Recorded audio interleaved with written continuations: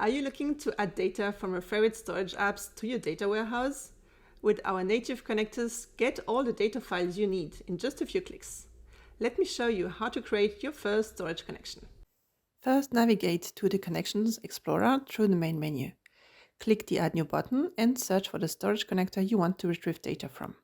In this example, we're going to connect to Dropbox to get data from an Excel file.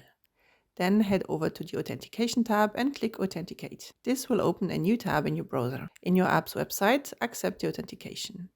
Depending on your app, this might look a bit different from the example you see on the screen. Test the connection in the Test tab and hit Create. And that's it already. Your connection is now set up and you can start fetching your data. To add data, navigate to the Tables Explorer through the main menu. Click on Add New and pick the connector you've just created.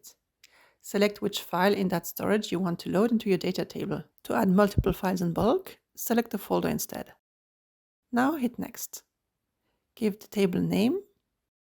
Choose the file or tab you wish to load. Go to the preview to check your data is loaded in the right format.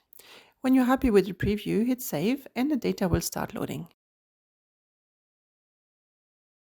Your data is now ready to be used in other ClicData modules.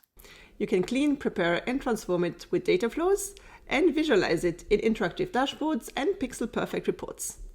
For a detailed walkthrough of your specific storage connector, check out our Help Center. You'll find the link in the description below.